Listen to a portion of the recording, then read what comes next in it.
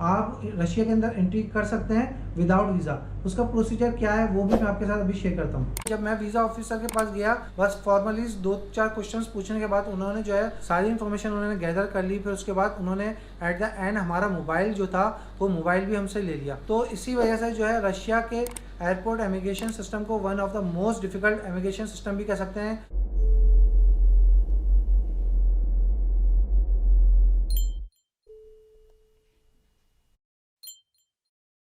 प्रिय सेम सामी तारीख गतावे पायकली। डेफिनेटली आप रशिया जाना चाहते हैं तो कुछ ना कुछ वहाँ के वर्डिंग वगैरह जो है वो सीख के जाएं, तो ये भी आपके लिए बेस्ट रहता है। In this video we will talk about Russia in detail. Specially अगर आप इंडिया से बिलोंग करते हैं तो आपके लिए रशिया जाना एज कम्पेयर टू पाकिस्तानी या बांग्लादेशी सिटीज़न काफ़ी ईजी है। मगर ऐसा नहीं है, क्योंकि इंडिया से रशिया का वीज़ा तो काफ़ी इजीली मिल जाता है, मगर इसके बाद का जो प्रोसीजर है वो ऑलमोस्ट सबके लिए सेम है। क्योंकि रशिया का जो है एयरपोर्ट इमिग्रेशन सिस्टम, और इसको जो है one of the most difficult border crossing भी कह सकते हैं। काफ़ी लोगों ने इस टॉपिक के ऊपर डिफरेंट वीडियोस बनाई हैं और अपना अपना एक्सपीरियंस जो है वो शेयर किया है कि रशिया पहुंचने के बाद आपको क्या क्या डिफिकल्टीज एयरपोर्ट के ऊपर फेस करनी पड़ती हैं। तो इस वीडियो में हम लोग बात करेंगे नंबर फर्स्ट वीज़ा। वीज़ा जो है मुख्तलिफ टाइप का हो सकता है, या तो वीज़ा ऑनलाइन भी आप अप्लाई कर सकते हैं, या जो है आप वीज़ा स्टिकर वीज़ा भी अप्लाई कर सकते हैं। और रशिया के अंदर जो है विदाउट वीज़ा भी आप इंटर हो सकते हैं, चाहे आप पाकिस्तानी हो, चाहे इंडियन हो, चाहे आप वॉट एवर आप किसी भी नेशनल से बिलोंग करते हो। टाइम टू टाइम रशिया जो है कुछ ऐसी ऑफर भी करता है जिसके अंदर आपको जो है आप वॉट एवर आप किसी भी नेशनल से हो, आपको जो है वो वीज़े की रिक्वायरमेंट नहीं होती। आप जस्ट जो है विदाउट वीज़ा आप जो है रशिया के अंदर इंटर हो सकते हैं। तो विदाउट वीज़ा आप किस तरीके से रशिया में इंटर हो सकते हैं, तो हम इस टॉपिक के ऊपर भी डिस्कस करेंगे। नंबर सेकेंड हम बात करेंगे फ्लाइट का जो है एवरेज एक्सपेंस कितना आता है। एंड नंबर थर्ड जो है मोस्ट रशिया का जो है इमिग्रेशन सिस्टम, कि वहाँ पर जो है आपको क्या क्या डिफिकल्टीज हो सकती हैं। सम हाउ ऐसा भी होता है कि वहाँ से जो है आपको डिपोर्ट कर दिया जाता है, तो वो कौन से रीज़न होते हैं और आपको जो है वहाँ पहुँचने के बाद किन किन बातों का ख्याल रखना चाहिए। अदरवाइज आपको जो है काफ़ी डिफिकल्टीज भी फेस करनी पड़ती हैं, और क्या क्या आपको डिफिकल्टीज फेस करनी पड़ती हैं। और इन द लास्ट जब आप रशिया के अंदर इंटर हो जाते हैं तो आपका एटलीस्ट, क्योंकि आप किसी भी देश में जाएँ, किसी भी कंट्री में जाएं, तो फर्स्ट डे जो है स्पेशली काफ़ी डिफिकल्ट होता है, क्योंकि आपके लिए हर चीज़ न्यू होती है। तो फर्स्ट डे इन रशिया आपको किन किन बातों का ख्याल रखना है और क्या क्या चीज़ें आपके लिए जो है वो बेस्ट हैं, तो ये भी हम डिस्कस करेंगे इसी वीडियो में। तो नंबर फर्स्ट हम बात करेंगे स्टिकर वीज़ा। अगर आप किसी भी नेशनल से हैं, जो जिस तरीके से बेसिक रिक्वायरमेंट होती है पासपोर्ट आपको पता ही है कि एटलीस्ट जो है 6 मंथ जो है उसके वैलिडेशन बाकी होना चाहिए। फोटोग्राफ वाइट बैकग्राउंड के साथ यूज़ किए जाते हैं।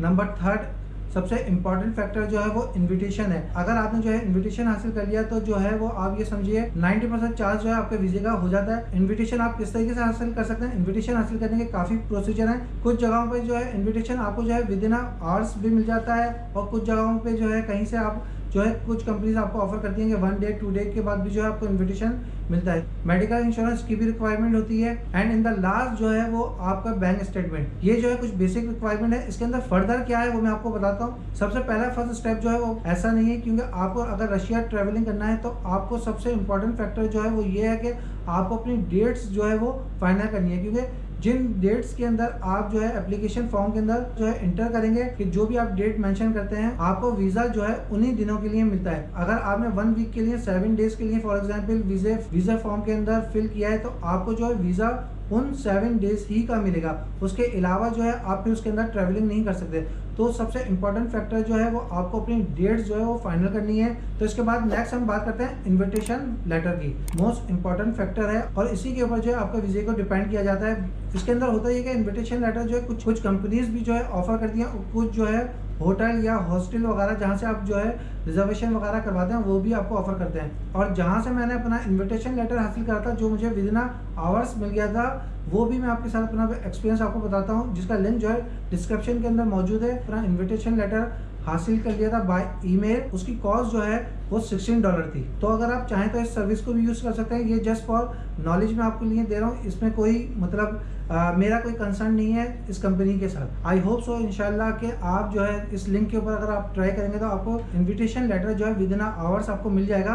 तो ये समझिए आपके 90% जो है वीज़ा के चांसेस इंक्रीज हो जाते हैं, वीज़ा आपको डेफिनेटली मिल जाएगा। इन्विटेशन लेटर जो है वो कुछ कंट्रीज के लिए चेंज है। फॉर एग्जाम्पल आप जैसे इंडिया से अप्लाई करते हैं तो इंडिया के लिए जो है इन्विटेशन लेटर जो है वो आपको जस्ट जो है उसकी ईमेल्स कॉपी भी आएगी तो इनफ है, आप वो भी लगा सकते हैं। मगर पाकिस्तान के लिए जो है अगर आपको इन्विटेशन लेटर चाहिए तो वो उसको आपको ओरिजिनल चाहिए। तो होता क्या है, फिर आपको उस कंपनी से जो है कांटेक्ट करना पड़ेगा।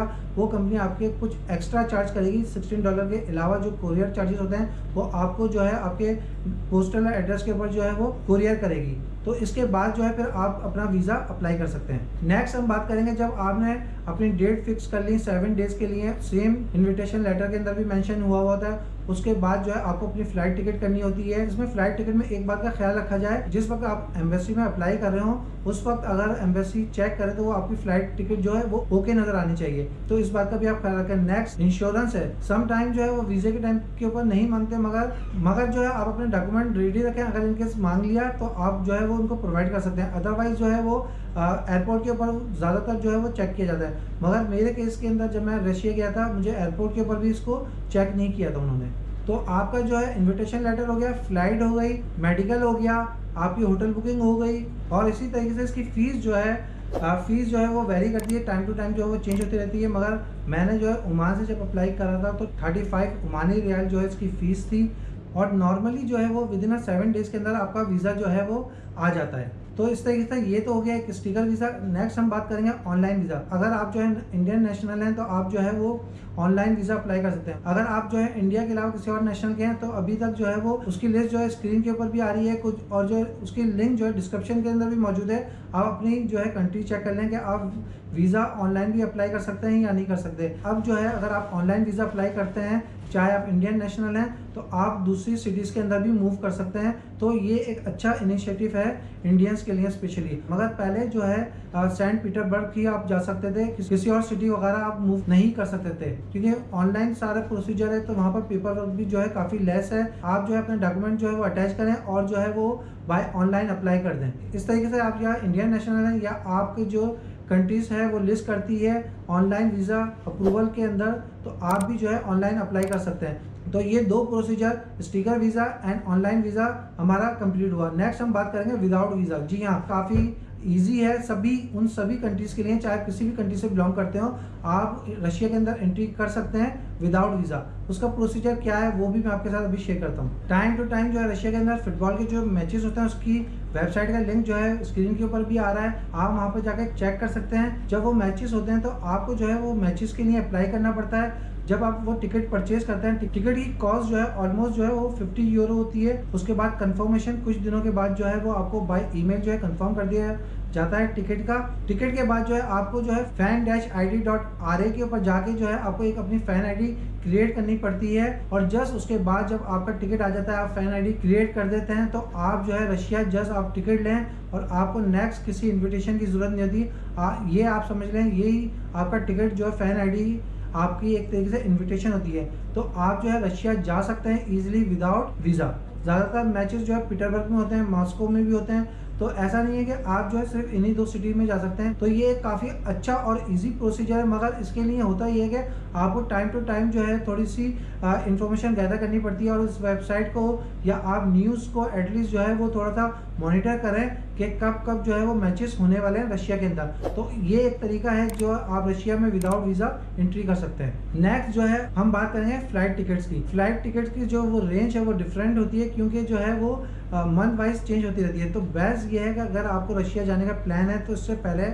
आप जो है अपनी फ़्लाइट टिकट्स को फाइनल कर लें कि आपको एटलीस्ट ये आइडिया होना चाहिए कि आपको किस मंथ में जाना है। और इसको चेक करने के लिए बहुत सारी वेबसाइट्स हैं जो ये ऑफ़र करती हैं।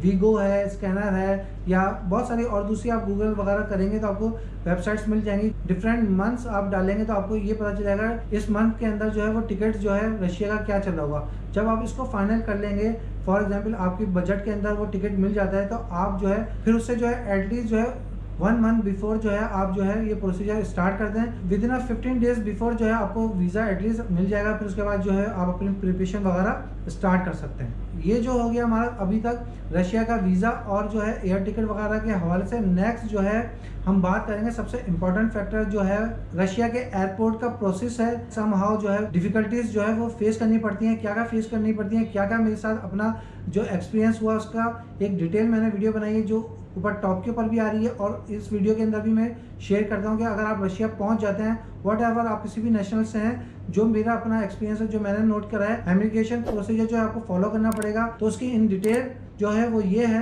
एयरपोर्ट पहुंचने के बाद जो है वो नॉर्मली जो है आप क्यू के अंदर लग जाते हैं, जहां पर वीज़ा ऑफिसर्स मौजूद होते हैं। वो आपसे एक जनरल क्वेश्चंस पूछते हैं, उसके बाद जो है वो आपको स्टैम्प कर देते हैं वीज़े के ऊपर। मेरी फ़्लाइट जो है मस्कत से जो है वो रशिया जा रही थी, और कुछ लोग जो है वो कनेक्टिंग थे दुबई से भी, क्योंकि जब मैं वो लाइन में क्यू में लगा तो मैंने ये नोट करा कि काफ़ी लोगों को जो है उन्होंने मुझसे पहले जो है वो ऑफिसर के साथ जो है वो भेज दिया। उस वक्त तक तो जो है मैंने इतना नोट नहीं करा, ना मुझे आइडिया हुआ कि ये क्या हो रहा है। मगर ज़्यादातर जो स्पेशली जो है वो इंडिविजुअल थे या बैचलर थे। आप उसके अंदर ये ज़रूरी नहीं है कि वो बैचलर चाहे वो मेल हो या फीमेल हो, फैमिलीज़ को फिर भी जो है वो छोड़ रहे थे। मगर मैं और मुझसे एक आगे जो है वो एक और कोई दुबई से जो कनेक्टिंग फ़्लाइट में आया था वो मौजूद था। मुझसे पहले जो है वीज़ा ऑफिसर के पास जब वो गया तो उससे जो है थोड़ा सा डिस्टेंस होता है, नॉर्मली आपको पता ही है।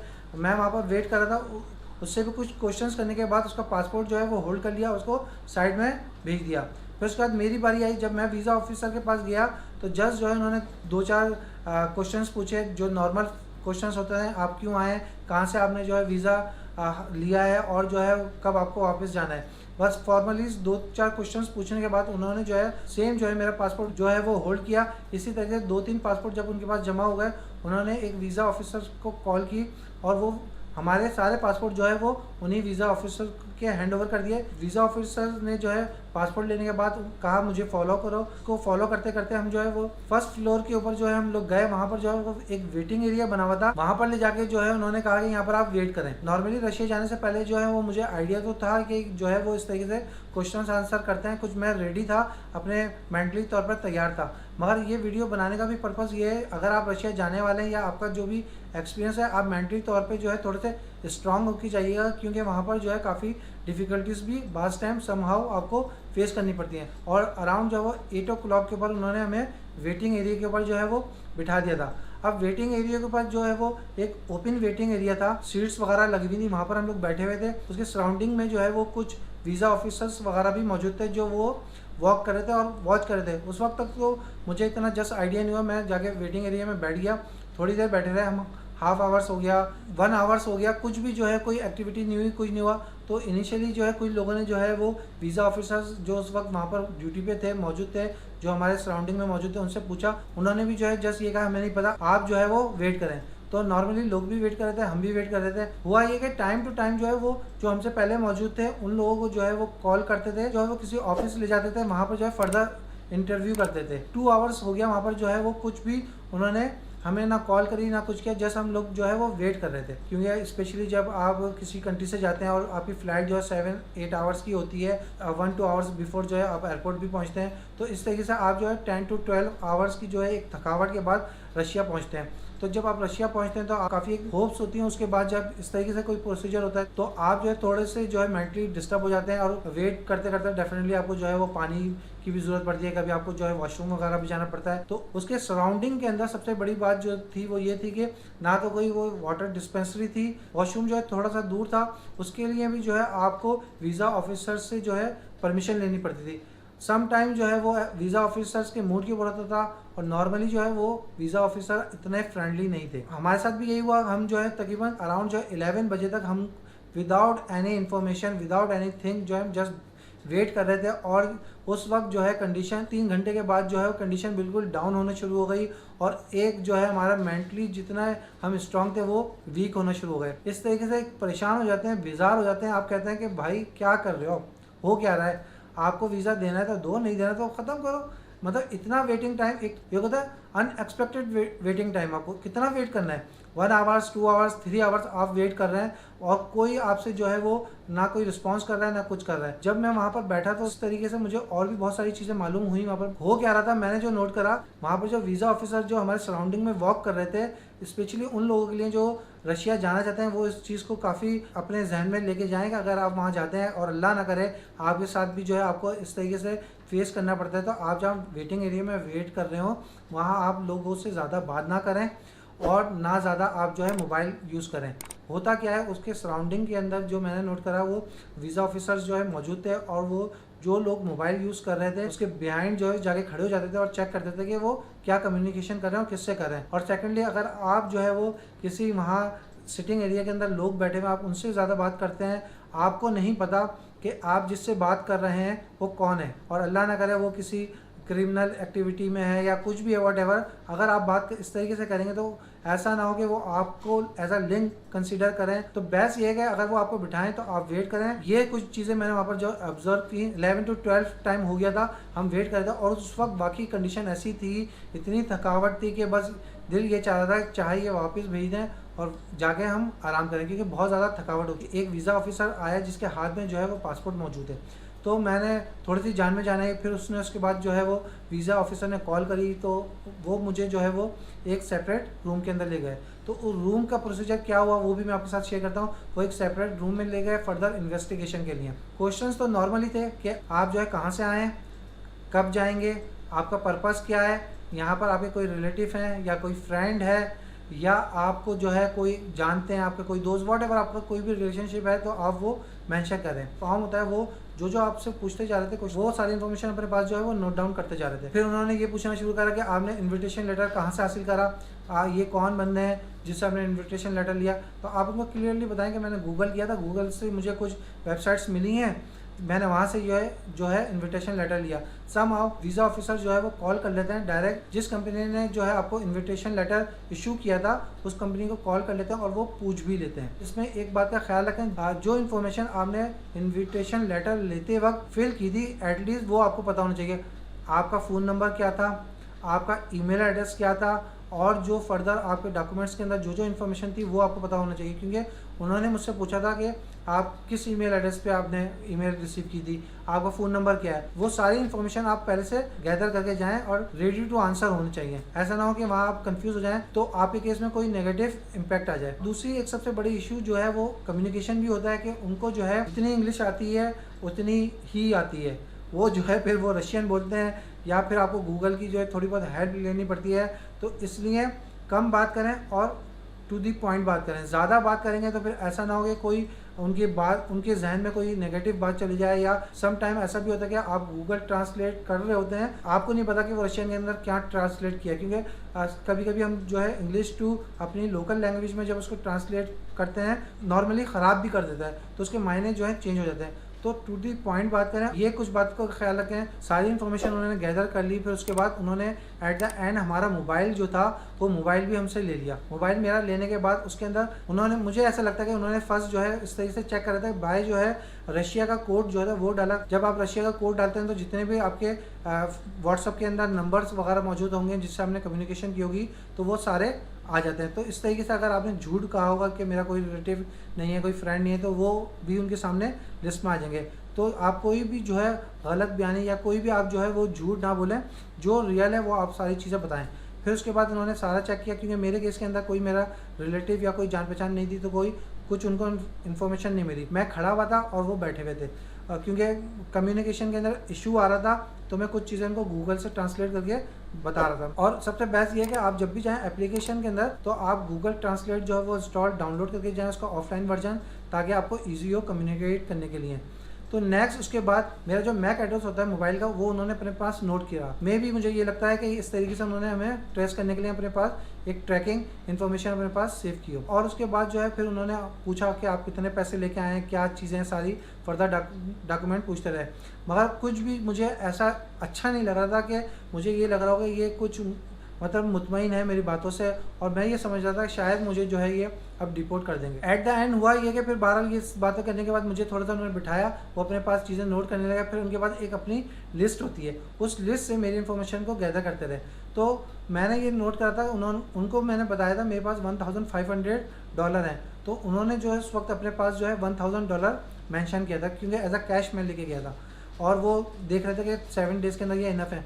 वैसे तो ओवरऑल इनफ था, क्योंकि मेरी होटल बुकिंग वगैरह, रिटर्न टिकट वगैरह भी कंफर्म था, मगर फिर भी उनको कुछ कम लगा। तो फिर मैंने उनको फिर वहाँ पर मुझे कुछ ऐसा फ़ील हुआ कि वो उस वक्त चेक कर रहे थे अपनी लिस्ट से, तो उनको कुछ कम लग रहे। तो फिर मैंने अपने पैसे और जो है उनको फिर इन्फॉर्म करा, ये जो आपने अमाउंट लिखा है ये कम लिखा है, मेरे पास 1500 है। थोड़ा सा उनको फिर मुझे ऐसा लगा कि सेटिस्फाई हुए हैं। फिर मैंने अपनी जॉब डिस्क्रिप्शन वगैरह बताई, फिर मैंने अपनी जॉब पर्पस वगैरह बताया, फिर रीज़न भी बताया था कि मैं एज अ टूरिस्ट आया हूँ। फिर मैंने स्पेशली ये भी बताया कि मेरा एक यूट्यूब चैनल है जिसके लिए मैं रिकॉर्डिंग वगैरह करने का प्लान है। तो थोड़ा सा उसके बाद उनको तो चीज़ें वाज़ेह होनी शुरू हुई, कुछ उनको समझ में आना शुरू हुआ। तो फिर उन्होंने पूछा अच्छा यूट्यूब चैनल क्या है। फिर मैंने उनको जो है अपने चैनल का नाम बताया। फिर उसी वक्त उन्होंने जो है वो चैनल खोला, फिर उसके अंदर चैनल के अंदर मेरी वीडियोस वगैरह देखी। तो मुझे फिर उसके बाद उन्होंने एक जो है थम अप्स का इस तरीके से जो है साइन भी दिया। तो मेरी भी कुछ जान में जो है वो जान आई। मैंने कहा चलें, अब उम्मीद ये लगती है कि मुझे मिल जाएगा। फिर भी उन्होंने जो है मुझे एक साइट के ऊपर बिठा दिया। फिर 5 to 10 मिनट्स के बाद उन्होंने फिर एक नेक्स्ट ऑफिसर के पास मेरा जो है वो पासपोर्ट था और उसने मुझे कॉल की। मैं ये समझा शायद ये वीज़ा दे रहे हैं या पता नहीं डिपोर्ट कर रहे हैं। वो मुझे काउंटर के पास ले गए। तो वहाँ ले जाने के बाद उन्होंने पूछा आपके लगेज कहाँ है। 4 to 5 आवर्स हो गए, मुझे नहीं पता आपके लगेज कहाँ पर होगा मेरा, क्योंकि होता क्या है जब आपका लगेज ज़्यादा डिले हो जाता है, वो एक काउंटर होता है, वहाँ पर जाके आपके लगेज वगैरह जो है वहाँ पर सेव हो जाता है। लगेज जो है वो ट्रैकिंग नंबर के साथ उन्होंने मैच करा, लगेज दिया। अब उस वक्त तक भी कंडीशन ये थी, क्योंकि होता क्या है मुझसे पहले एक केस के अंदर ये हुआ था कि उन्होंने इसी तरीके से एक लगेज वगैरह पर्सन का लेके, जहाँ पर मैं बैठा था वेटिंग एरिया के ऊपर, वहाँ 2 साइड थे। एक साइड से जो है लोगों को डिपोर्ट हो रहे थे जो विदिन एयरपोर्ट वापस अंदर जा रहे थे। एक दूसरी साइड थी जहाँ से एग्जिट का रास्ता था। फ्रंट साइड के ऊपर जो काउंटर थे वहाँ लेके गए और वीज़ा ऑफिसर ने जो है वो स्टैम्प, तो मेरी भी जान में जान आई और इस तरीके से जो है मेरा पूरा एक प्रोसीजर इस तरीके से ख़त्म हुआ। 4 to 5 आवर्स जो है मुझे सारे इस वीज़ा प्रोसीजर के अंदर लग गए, क्योंकि ऐसा नहीं है सिर्फ मेरे साथ हुआ था, बहुत सारे लोग मौजूद थे। तो इसी वजह से जो है रशिया के एयरपोर्ट इमिग्रेशन सिस्टम को one of the most difficult immigration system भी कह सकते हैं। तो इसके बाद जो है मुझे एंट्री जो है वो रशिया के अंदर मिल गई। मेरे केस के अंदर रात की जो है वो 2 बजे था। एक नई सिटी है, एक नया शहर है और नॉर्मली जो है रशिया का एयरपोर्ट विद इन सिटी भी नहीं है, ये सिटी से काफ़ी दूर है। तो इस केस के अंदर हम बात करेंगे रशिया का फर्स्ट डे आपका कैसा होना चाहिए, अगर डे है तो कैसा हो और नाइट है तो कैसा होना चाहिए। तो हम बात करेंगे अब नेक्स्ट जो है फर्स्ट डे इन रशिया। अगर डे है तो बेस्ट ये है, और अगर आप इंडिविजुअल हैं और अगर आपके साथ 3 या 4 पर्सन है तो आप जो है बाई टैक्सी भी कर सकते हैं, क्योंकि टैक्सी का फेयर काफ़ी ज़्यादा है। अगर आप सिंगल पर्सन है तो डेफिनेटली काफ़ी ज़्यादा कॉस्ट है, और अगर आप 4 to 5 पर्सन है और बेस्ट ऑप्शन है। एज्यूम करते हैं आप इंडिविजुअल हैं, तो आपके लिए बेस्ट ऑप्शन क्या है कि आप एयरपोर्ट से जो है वो सिटी सेंटर तक जा सकते हैं। एयरपोर्ट से सिटी सेंटर जाने के काफ़ी वे हैं, सबसे बेस्ट और इजी वे तो टैक्सी ही है, मगर क्योंकि वो काफ़ी एक्सपेंसिव है। नेक्स्ट हम बात करेंगे पब्लिक ट्रांसपोर्ट की। पब्लिक ट्रांसपोर्ट काफ़ी बेस्ट है। अगर आप बसेस में जाएंगे तो एयरपोर्ट से आपको सिटी सेंटर या अपने जो भी होटल या हॉस्टल है वहाँ तक पहुँचने के लिए एटलीस्ट जो है 2 या 3 बसेस वगैरह को चेंज करने पड़ेंगे, क्योंकि रशिया में 2 इंटरनेशनल एयरपोर्ट हैं, मॉस्को में।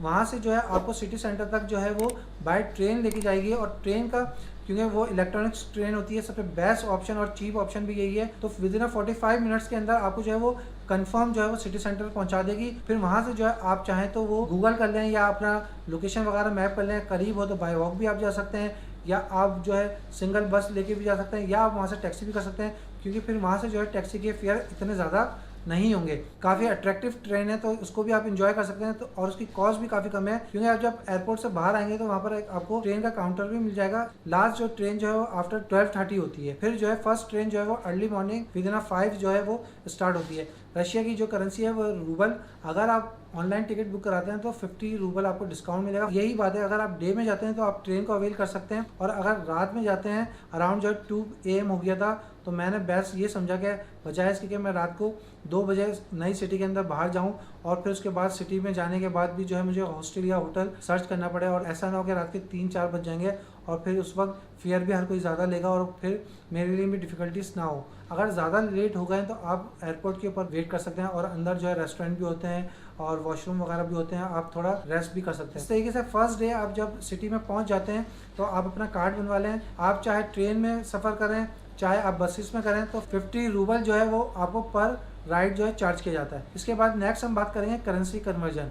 अगर आप जो है अपनी कंट्री से करेंसी लेके जा रहे हैं तो बेस्ट है, और अगर आपने जो अपनी कंट्री से जो करेंसी नहीं लेके गए तो बेस्ट ऑप्शन जो मैंने ऑब्जर्व किया, जो मेरे एक्सपीरियंस में आया है, आपको जो है वो एयरपोर्ट के ऊपर भी और विद इन सिटी आप जब आपको जो ATM मशीन मिल जाएंगी, आप वहाँ से जो है विड्रॉ करें।